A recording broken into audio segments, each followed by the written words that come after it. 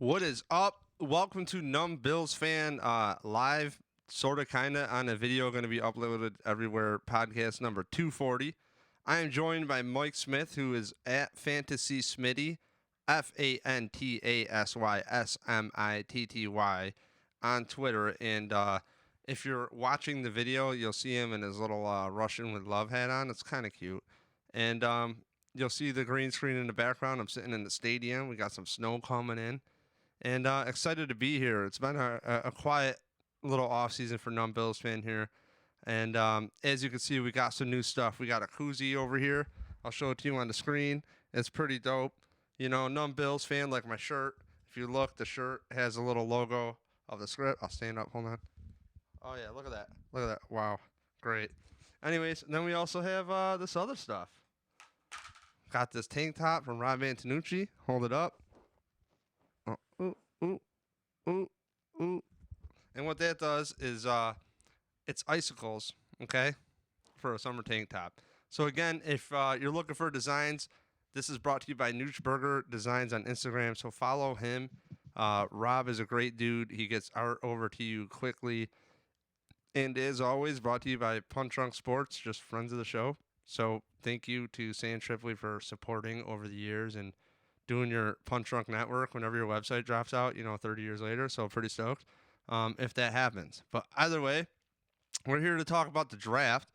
I got Mike Smith on the damn line. You guys know I love Mike Smith. A little background info: Mike Smith is really dope because I started breaking down the Bills out of boredom with my friends in this band Fork Tongues. Chris Polk, shout out to him. And we would just like watch the Bills with our other friends. I'd go to the sports page on Monroe and just like be like, the Bills can't be this bad. I remember watching McCalvin fumble. I was at the sports page, and ever since that, I've been more or less like a couple seasons prior, like, let's dive into it. The Bills can't suck. They got Bledsoe. They didn't help him out. He comes back around, says all this stuff like, they never helped me with my first round draft picks. McGahee didn't really help right away. He was hurt for a year. And frankly, they got Lossman, and you can't talk about that stuff as a pro athlete until you're well into retirement. So in hindsight, you hear all that, So I'm pretty excited to dive into the draft because if you're a listener of the show, you know that Mike has done a draft show with us. I believe the last 2 years, or at least definitely last year. Did you do the one 2 years prior, Mike? I sure did, buddy. You did. Okay, that's right. We had Drunk Dean on the side. We had powerful Jeff Knight. Shout out, love Jeff Knight. And Drunk Dean We was in the room. It was fun, man. we talked about donuts that year. That's It got right. That's right. got pretty heated. Donuts, yeah. Yeah, yeah. And so we're here with the draft, and Mike Smith and I called it with Josh Allen. That's right, because Mike Smith had a quarterback breakdown, and he had Josh Allen as the sixth ranked for him. And I was like, no way they're doing it. And I never thought the Bills would be more loaded going into a draft than the year of Bean's first time at the draft. And the Bills took Trey White and traded out from Pat Mahomes, and say whatever you want. They passed on two league MVPs 2 years in a row. Whoever's fault or not that is, I don't know. To me, that's a big deal. Well, It's hard I to mean, call it that way, Mike. You know what I mean? But like at the same time, if you're gonna take Josh Allen and give up all those things like we were talking about, you better have a landing spot for him. And I'll let you go with that. Do you want to give like a 30-second reset on where you sat with Josh yeah, Allen and lead us into now? he's outperformed my expectations. I still don't know if he's the guy. He still going all the way back to then when I saw the tape. He still has to work on his accuracy. I'd like him to be able to hit that deep ball better. Um, but his ability to maintain the ball possession, I mean, that's improved over the years. So there is definitely positive things. Obviously, I was never worried about his running ability or his ability to extend plays. I mean, he definitely very athletic and can do that without question. It's the accuracy. It's what would take a mid or back end NFL quarterback and project them into elite status. That's what I'm looking for still. And it shouldn't be any question because he has all of the weapons that anyone could ask for now on offense. So we're gonna find out real soon next year. In Josh Allen's defense, I don't want to say too little, too late for Josh, but year one they set him up with the same staff that trotted out Peterman. I was not about it. This is stupid because you're on a limited time with these guys. Sports is way different. There is no loyalty to the laundry. There's loyalty to the green. That's the only laundry you should care about. And frankly, if you're a human being and you work, you should be supporting the players and their options and them to do what they want to do. Fuck a hometown discount. Screw all that. And frankly, you wasted 1 year with Josh Allen. And then year two with Josh Allen, you just moneyball the offensive line, and I guess it kind of worked. But Cody Ford looks maybe to me a little bit overdrafted. They can't settle on whether he's a right tackle or right guard. And how long does it take? What I don't like is how long does it take to get an semblance of a decent offensive line? It shouldn't take that long. You know what I mean? It's just they made it look so hard, and then the kid gets destroyed, and you have your franchise quarterback on design runs and all this crap. And I like it, you win, but I want to see something consistent, and I'm willing to do that. But they frankly set Josh Allen up to fail year one, and you can't mess with his confidence. He had no veteran brought in for him. They put him behind Peterman. And you want to tell me trust the process? You put him behind the statistically worst quarterback in the league. And then you don't even have an offensive line for him. Oh, Incognito and Wood, we got screwed before the draft. Yeah, they left 2 months, like a month before, month and a half. Make adjustments. Maybe you just take Lamar Jackson when he falls to you. Is it easier to build around a Lamar Jackson and get offensive linemen who, what do they know how to do? They know how to run block. Okay? You could have brought in offensive linemen with Lamar or another guy or Josh Allen with not Tremaine Edmonds per se, with other highly talented offensive linemen, maybe rookie year, or with Tremaine Edmonds or the year before, and start developing it. And can they offensive line coach? Can they, it's like they went But 2 years with the offensive staff, and one of them got 1 year they got to be with Josh Allen, which is horrible. the one thing that I do approve of this staff is their money management. They're not like pissing money away. They have literally righted the ship on all dead money. Their financial situation is very good right now. So the trade that they just made with Diggs, obviously we talked about. And then going into this draft, I felt like they were in a good position. And I think they did some things that I wanted to see them do, even though they weren't pressing needs. I just felt like, hey, it's one of those drafts and let's go this route. And they did. So let's kick it. Yeah, dude. So let it be told, I texted Eric Turner at Cover One today. Shout out to Cover One.net, big supporter of the show, fan of the show. And Greg Thompson out there, great podcast host. Love listening to Greg. He's supposed to come on soon.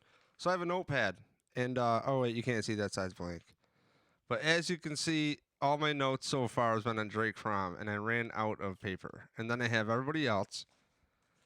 And Mike, I got blanks. So this is the overview podcast. After this one, we're gonna do the Jake Fromm cast. Okay, and I'm pretty stoked to get into it. So this has been. I told Eric, I go, dude, Eric, this is my favorite Bean draft. And I don't want to speak for him because he's gonna have some content coming out. And what he told me, we'll keep it to him. And he's pretty. I don't want to say good, bad, and different. He's going to have content coming out on cover1.net, so I'm not trying to steal his thunder here. So, let's dive into it, man. This is my favorite draft. Real quick, a reset. I had Kevin Masiri on episode number 238 or 239, and we talked about Stephon Diggs. Now, Mike, I have been very harsh on Brandon Beane because I frankly dug into the media of hook, line, and sinker. Probably listened to too much John Murphy show back in the day of, the Bills can't do wrong. And come to find out, Russ Brandon did make a lot of picks in the first round. Come to find out, that is the truth, because it's marketing. And I like the genius of Brandon Beane getting Stephon Diggs. I don't know how stoked Diggs is. Allegedly, he's stoked, but the Bills have a powerful public relations department. And I've always been sold to groom your guys from the previous regime, you know. So that's why I'm kind of like, well, what the hell are we doing here? Well, Brandon Bean made a move, the one I like, which is I didn't want the Bills, Mike, to take a wide receiver year one and have to deal with this development time. You know, I don't want to deal with transitional time. Screw that. Well, I don't. I mean, I'm totally all on board there, but I feel like as time is going forward, I think the wide receivers are starting to come in. More wide receivers are starting to come into the league ready to perform year one than in previous years. But like I said before about the Diggs thing, it was a perfect time to buy because now you definitely don't have to worry about the grooming process if there was going to be one. And you have him at a perfect time of a contract he's already in. It's just like a new car. When you buy it, the second you sign that deal, and you drive off the lot, it's depreciated in value X fold. And that's the same with signing a contract. Like once these contracts are signed, once they ink that deal, the first 1, 2 years on that, they're making buku dollars. It's not cap friendly. It's nothing good. We got the second half of the contract, which is cap friendly and it's fair market value for a quality receiver. So I think it was a good move and it was worth a number one pick. And then, like I said, what they did in the draft, I think, is going to set the Bills up nicely to see exactly where Josh Allen is. You know what? You I know, agree too because you and I are big fantasy players. You are a bigger fantasy football player than me. You actually got me into fantasy football. I was laughing at you and my friend Andy when you guys were playing, and then you guys won $1,200, split 600 each, and I was like, holy shit. And so then I got into it, and you know, you're champ here. I won a standard league and converted my friend Sean Timmerman, who might see this, and I converted him to a PPR after that. Second year in the league, playing fantasy football, I won a championship. I won a title. You know what I mean? And, you know, I won it my sophomore year and just, you know, it just is what it is. And thank you, Fred Jackson, for having an almost MVP season that year. And yeah, that's called deep drafting, bro. So, anyways, you know, we followed this closely and we knew that my trick to fantasy sports is always system changes, coaches changes. Average draft position is cute, but like you're taking a tally on to me, the normies, the sheep. Cool. That's what the sheep are thinking. I don't give a fuck. I care about offensive system, targets, yada, yada, yada. Well, we knew that there was going to be a problem with the more run first offense in Minnesota with Thielen and Diggs. And the way it worked out is Diggs is out of there. And he put Kirk Cousins on blast. At the same time, I don't know if he's going to do that in Buffalo. You know, like I don't know if he's going to do that, but I feel like the quote unquote Bills culture of working hard is set up now to handle a guy like that. You know, but this is also the same staff that had a leg up on Calvin fucking Benjamin, and he's the fattest receiver known to man, and somehow they fuck that up when you know that guy. He was in your building, and like we had the Carolina Bills now, you know, and it's like that whole thing is this is the best draft so far for me, man. Like Stephon Diggs, Josh Allen. If you have a quarterback that can run an offense, there is enough weapons there to put Brian Hoyer there and fucking run it. You know what I mean? You can put Castle back there. You can get Cobb out of retirement.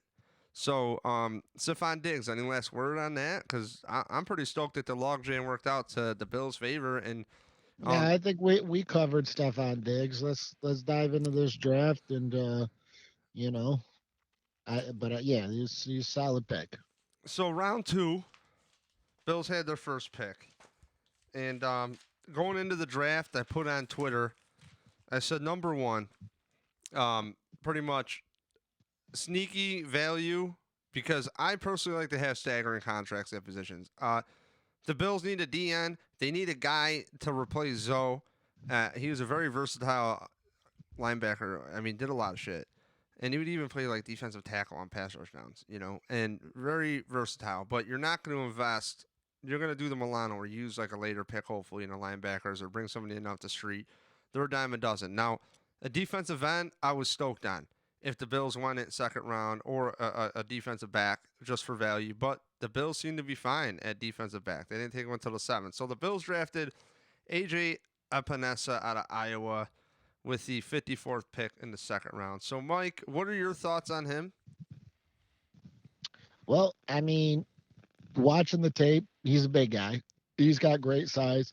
He was a 5-star recruit for the Iowa Hawkeyes, and he doesn't have the speed or athleticism that you see in a lot of the prolific pass rushes in the league today, but um, he can make plays. He's good with his hands and positioning. Um, and here's a quote from Mike Renner. It says, "If he falls to the second round, it's going to be a huge steal. His production on the field and his game is not athleticism. His game is power. His game is the way he uses his hands, and his game is versatility." So, um, Pro Football Focus had him ranked as the 20th prospect overall and the number two edge rusher.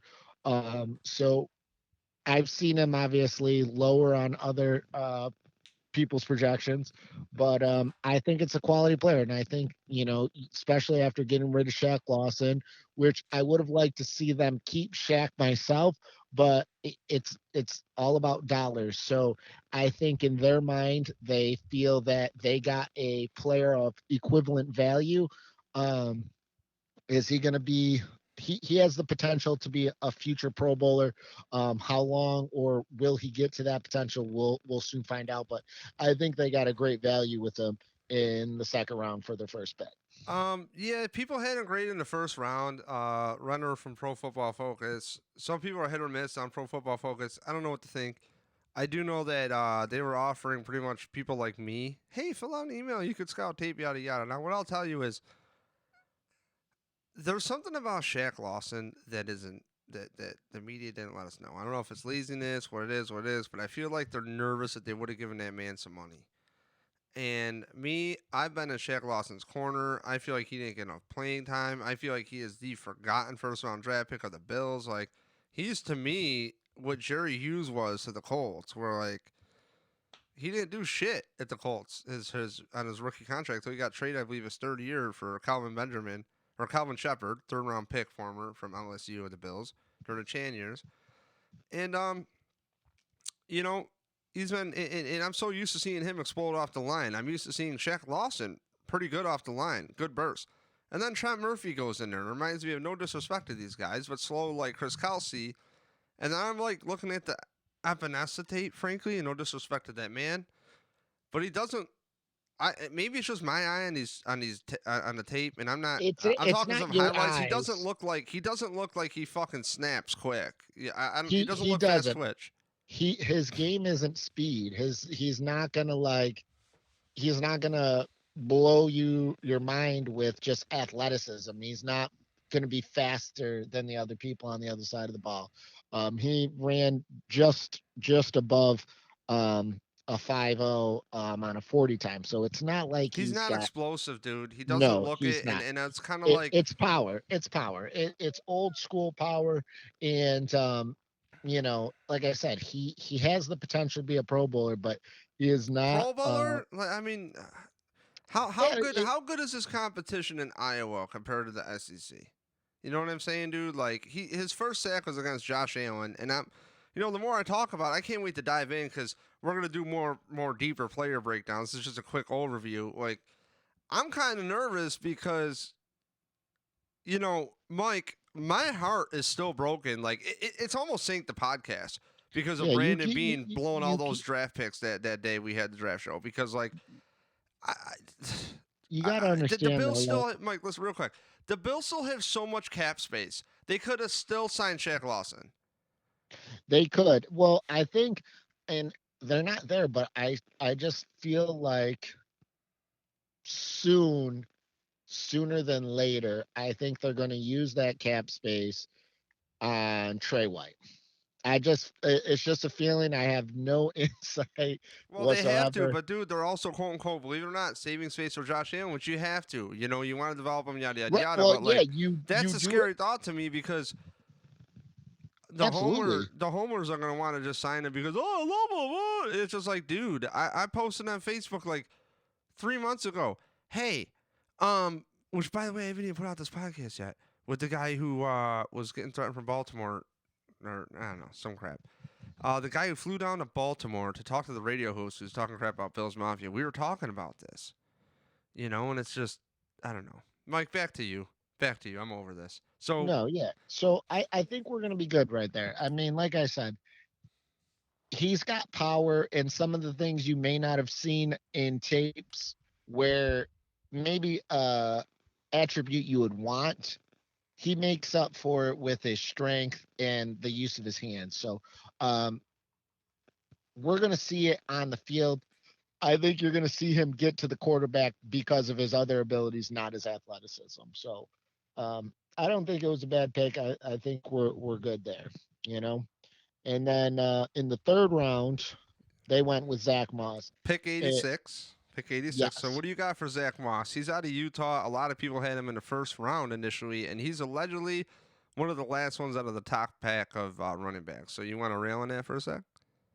Yeah, no, this is a complimentary back to Singletary. Um, he is a bruiser. When it comes to running the ball, he breaks tackles. He broke 0.33 tackles per rush since emerging as a the sophomore starter over there. So he is looking for contact. He's elusive. He's not explosive when it comes to speed, but they don't need that. So he doesn't have that home run breakaway speed. But pairing him with Singletary, he is going to put a hurting on the opposing team because he's going to lower his shoulder. He's a big guy, 5'10". I think he's like 220 or so. Not exact on that, but no, he's got size and he is very elusive and a very powerful. He's 5'9", 220. Yeah, this is, I Um, thought it was fine nine, not to be yeah, that guy, yeah, 5'9", 220. So he's a bruiser, and I like the pick. I like how they, um, with having a defensive minded coach, and we've seen it so many years. Like you felt like the whole time we had racks, like they would just completely ignore the offensive side of the ball. It I was don't know. just They brought in free agents for sure, but in all the drafts, and I'm sick of it with McDermott. It's all been like, we're gonna address the defense first. We're gonna back out the brink truck for Star right. Lotulelei because he's a lunch pail guy, and it's just like fuck Exactly, that. It's like exactly. you just Focus. told me that Darius sucks and can't be here when frankly that guy can Yeah. do everything Star can, and then like four other tools in the fucking box. So like I don't know what they want, what way they want to go with it, Yeah. but So the Bills, I definitely think the running back though, Zach Moss is going to be solid. He's not much of a like he can catch out of the backfield. He didn't get too many opportunities, but he definitely broke a ton of tackles. So I think pairing him up with Singletary, because I don't think they felt that Singletary could have handled the load by himself, but he is definitely going to be an improvement. No offense to Frank Gore, but Frank Gore was at the end of his run. So hey man, let me rail on you with Frank Gore. I'm gonna lead you into Zach Moss. Two things. Frank Gore, I follow this very closely. It was different play calls and situations for Frank Gore that he shouldn't have been in when his stats started to dip. Rewatch the tape and you'll see he was fine. He was running for like 5 yards a clip for a minute, like for most of the time until like later on in the season. Like he was actually perfectly fine, did his job. And now what I'm worried about, here's my nervous me.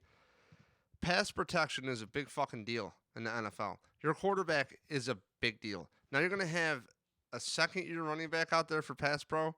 You're not relying on TJ Yeldon for that, and you're gonna have Zach Moss out there, a rookie in there for pass pro. That's a I don't know, well, man. That's a lot of bets, and I thought they were gonna bring in. I, I like having that I veteran. think Singletary can handle it at this point. I think he's learned and he has that ability. Um, but I actually think you're going to see a lot of empty sets this year. So don't be shocked to see empty sets by the Buffalo Bills because I think for the first time they have the offensive talent where that's possible. And then empty sets, they're tough to defend. I mean, if you go after the quarterback, then you're leaving one on one at all your skill positions, and you still have one on one with the quarterback and whoever's coming at him. And he's not the easiest person to take down if he sees you coming. So, um, Yeah, the Bills are definitely lining up for more offense of production this year. So, what do you feel about Gabriel Davis, round four, pick 128 for the Bills out of UCF, and he's probably the top AAC receiver. The No, Bills clearly, they've pretty much ignored receiver during the draft except for Zay Bus Jones. And yeah, so do you no, want to rail on that? no, I like it. I like it. He's got a respectable speed. He ran a 4.54 at the combine. So he's got good speed, good size, 6'2", 216. Um, and he's young. Both the receivers the Bills took in the draft, they declared after their junior year, so they could have both gone back for another year. So he's only 21. He might not be the most polished route runner at this point in his career, but with his size and like you said earlier, you don't want to have to worry about that developmental period. Well, there's three. We already know who the top three receivers are in Buffalo, so he doesn't have to be on the field. He's coming in as a fourth, fifth option, um, in the receiving core, and it's going to give him time to develop in the routes that he already can do. They don't need any polishing on. Anybody can run a 9, a 7, easier routes. He's going to be able to come in and do those because he still has the Bills. I mean, at this point, add him to the roster. You got Diggs, Gabriel, and John Brown, who all have exceptional speed and can really stretch the field. So I like what they did with adding the two receivers because the draft class was so deep with wide receivers this year that okay, so you take a swing. All right, he might be a bust. Who knows?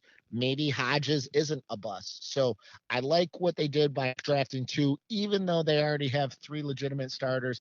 And I want to say, how many receivers are we up to? How many bringing to camp? We got to be bringing at least 8 to camp because I think they still have Isaiah Yeah, I thought they McKenzie. always bring in like nine or something like that. They Yeah, just no, no, the nine and no. they trim down to like five or six.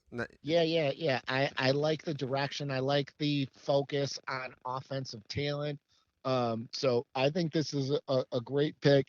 Um, he's got a good catch radius. So, like I said, he's 21. So even though he's not the most polished route runner, that's something he can Yo, dude, he's gonna be behind Cole Beasley, Stephon Diggs, and correct. you know what I mean, and John Brown, and they're three different types of receivers. And the thing is this guy to me, he's almost more like a Diggs from when I was watching. He finds space.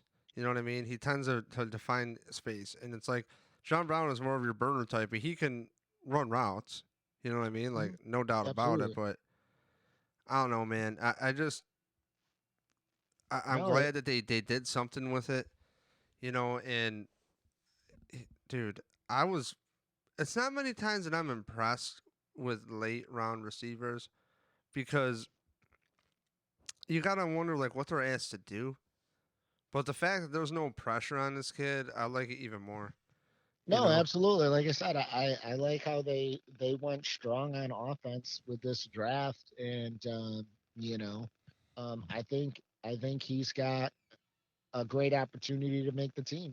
Like a fourth round pick. There's no guarantee he's going to be on the roster. He could be a practice squad. He could wind up in some other city, but given his size, speed, um, and his ability, I think he could end up in the roster for sure. All right, so pick 167, which is round five for the Bills. The Bills did what I posted on Facebook that I was talking about earlier, and I forgot to get into it because I digressed into nothing. I told on the Bills Mafia Facebook group the Bills should draft a quarterback, and I got literally death threats. It's like, oh my god, get out of here because Kyler Murray comes in as a rookie and puts up stats better than Josh Allen. So get the fuck out of here. Anyways, so the Bills take Jake Fromm from Georgia. And Mike, you rail on it. I have, as I showed on the screen earlier, a plethora of notes. So I'm gonna go back to writing the name on the Well, whiteboard for some well, cues here. I mean, you we're gonna do a from special, so we'll keep it Let's just light. keep it light. He's not very big. He's not very athletic. He doesn't have the big arm. but he's a winner. He succeeded in the SEC, um, and he's pretty accurate with the ball. And his problem, like I said, he just doesn't have the arm talent as you would want from an NFL elite quarterback. But you know, there are many quarterbacks in the league with similar skills that have made a career. So I think that I think obviously based on what Bean said, he's like, he fell this far. He's like, at this point, we were just following the board. We were taking the best available player on the board, and he was by far the best player at that time, and they took him. Yeah, that's So my bullshit meter going. Yep, that's what we're gonna do. Okay, so real quick, my quick notes for you, because we're gonna do our special tonight or tomorrow or something. Um, look at man, the first thing I got away from him was the complete opposite of Josh Allen. He does not have the arm. Okay, in fact, the combine knocked him a bit, and they put it on display, and he was knocked for putting everything he had into the ball. But his accuracy up until 5 games of -50 or less than 50% accuracy, which is just more of an anomaly when you look at his career. And if you look at timing, oh man. But the articles that come up on him are nuts. I mean, he was a top, PFF had him a top after his sophomore year. When he was his first year out, yeah, first year of eligibility, I believe. He was like a top 35 draftable player. Like would have went in rounds like 3 to 4 to them, I believe, last year. And that's the thing is you get these quarterbacks and he lost a lot of guys. In my notes, real quick, I just have he lost his number one pass catcher, which was a tight end. He lost a 1,000-yard rusher in his center. But what he does have that Josh Allen doesn't have is he's got touch, he's got rhythm, and he's pretty accurate with the ball. Now, if you look at his system, it's a little unorthodox, a little fucked up. Like the footwork is like a. I watched this QB coach thing. I wish I got to credit the guy. I will on a special, but he pretty much pointed out the footwork, and I don't care what sport you're playing.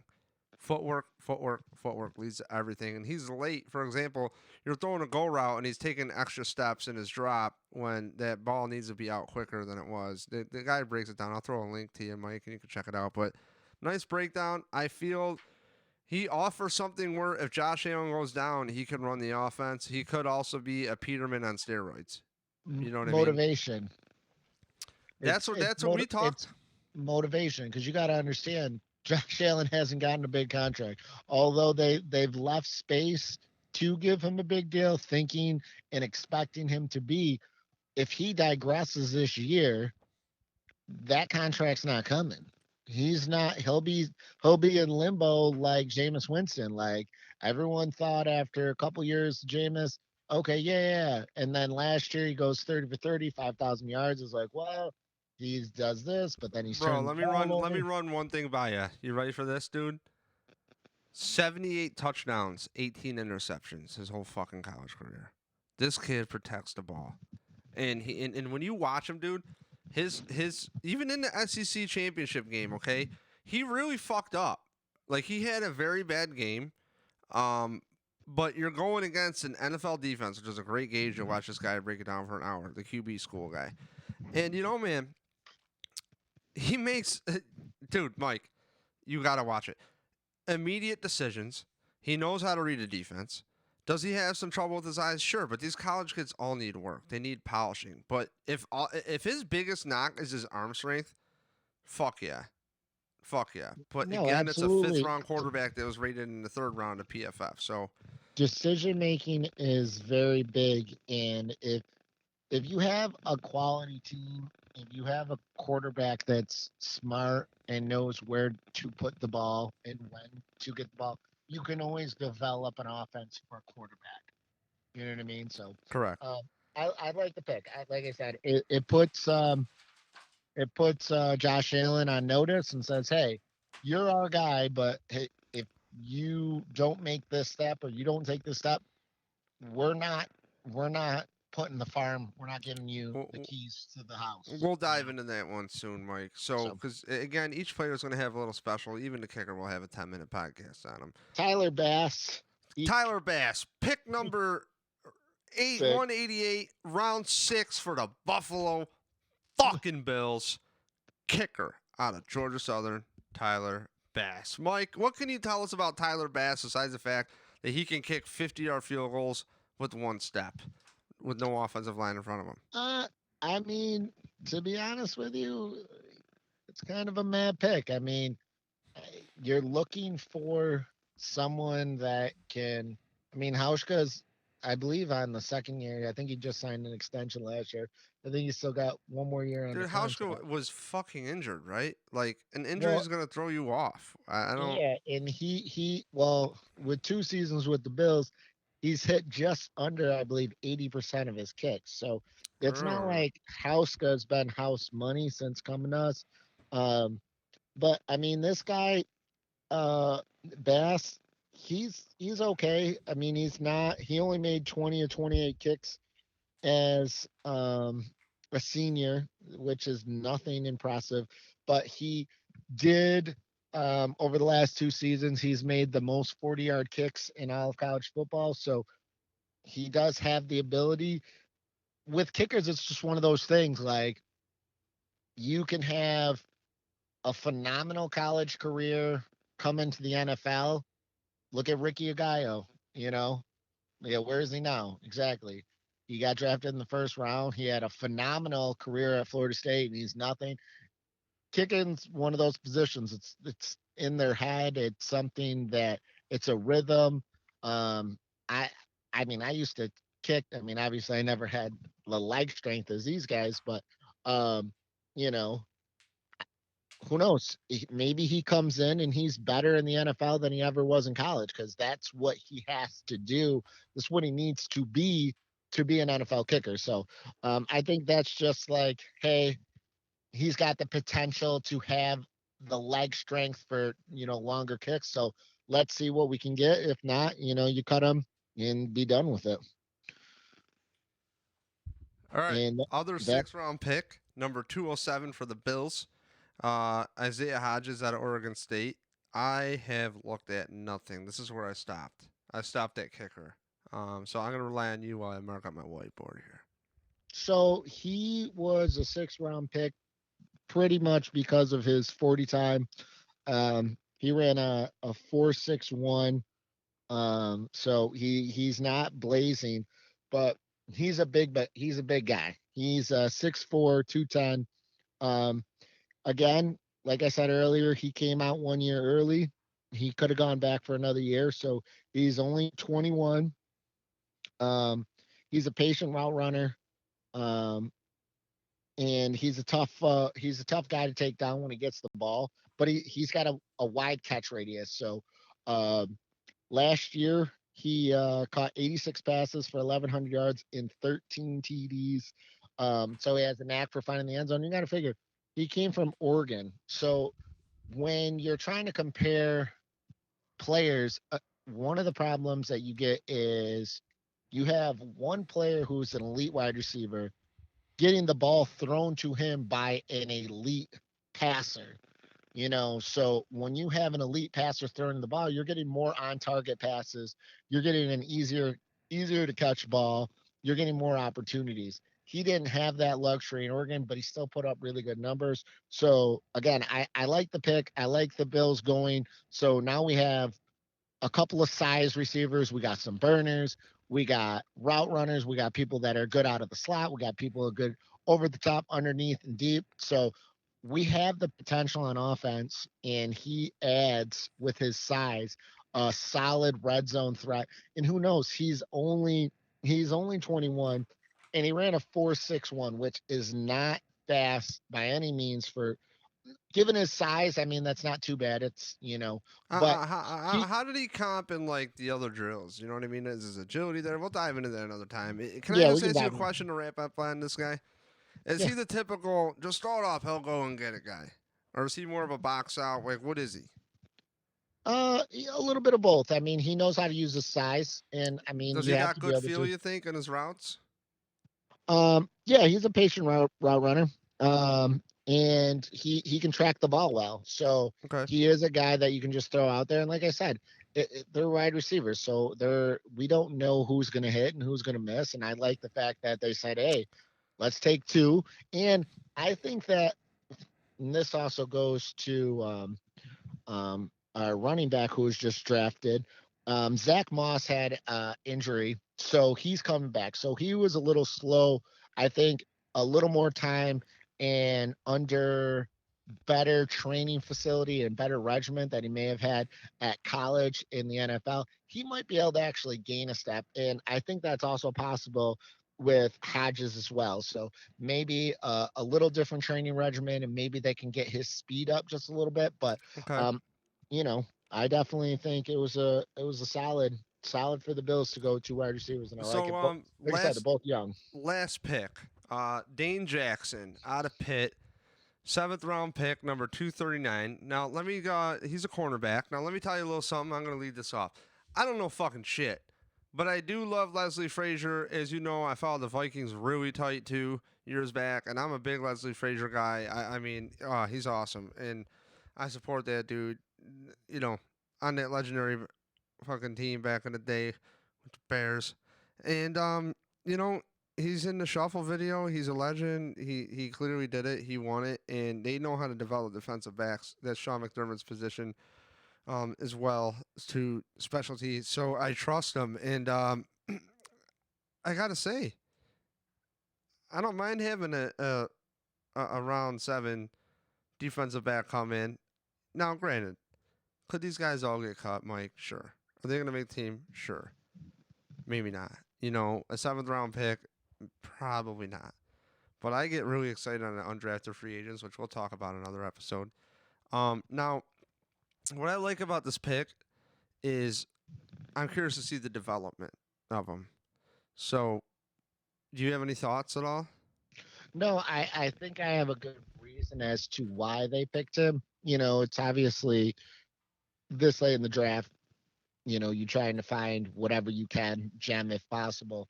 But I think they took him because his competitive spirit, like it shows on tape. He definitely got picked on beyond that, but you can see that he doesn't back down and he doesn't give up.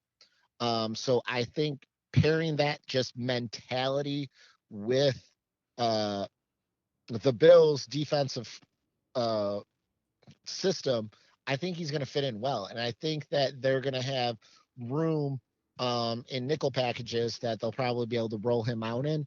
But he's not, he's fearless. And I think that little different coaching, coach him up a little bit, because he definitely got picked on. He gave up 20 red zone TDs, so he definitely got picked on. But remember, he was on a team ACC. He had some steep competition at times where yeah, you're gonna get picked on when you're getting scored on a lot. They got to score. You They think got it to just score has points. that mentality? There must be something in this game they think they could coach out of him, if the coaches even saw him. You know what I mean? Because Oh no, no. I mean, he's got good size, 6 foot. Um, you know, like I said, if you watch the tape, you can see that it's not that he gave up at any point. He never backed down. I think they took him because you can see he's in it and he gives his all every single play.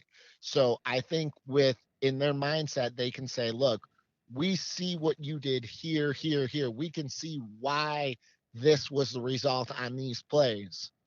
We could fix that. right. We think that from what we see on the tape, that if we make an adjustment here, here, and here, that you're going to be just fine. That you're not going to be giving up these plays in our system. So I think that they liked his fiery nature on the field, and because that's something you also can teach too. Like you have people that are just kind of there riding their talent, and you have people that their motor never stops. So I think when you see that, and if you think you can make an adjustment and make that player better, perfect, take them. He's a hard So worker, man. So, and that's the thing is a lot of these guys, dude. I mean, look at he's picked number 239.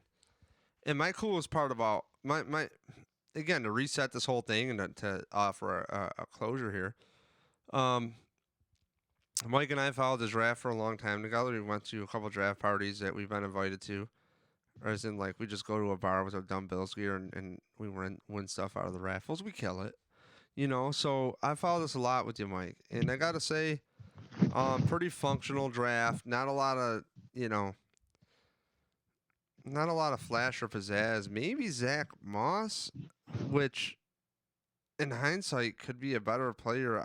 He looks more to me like reminds me of a lot of people are saying Travis Henry, and other people are saying maybe Beast Mode 2.0 because like you were saying earlier, dude, his yards after contact are ridiculous.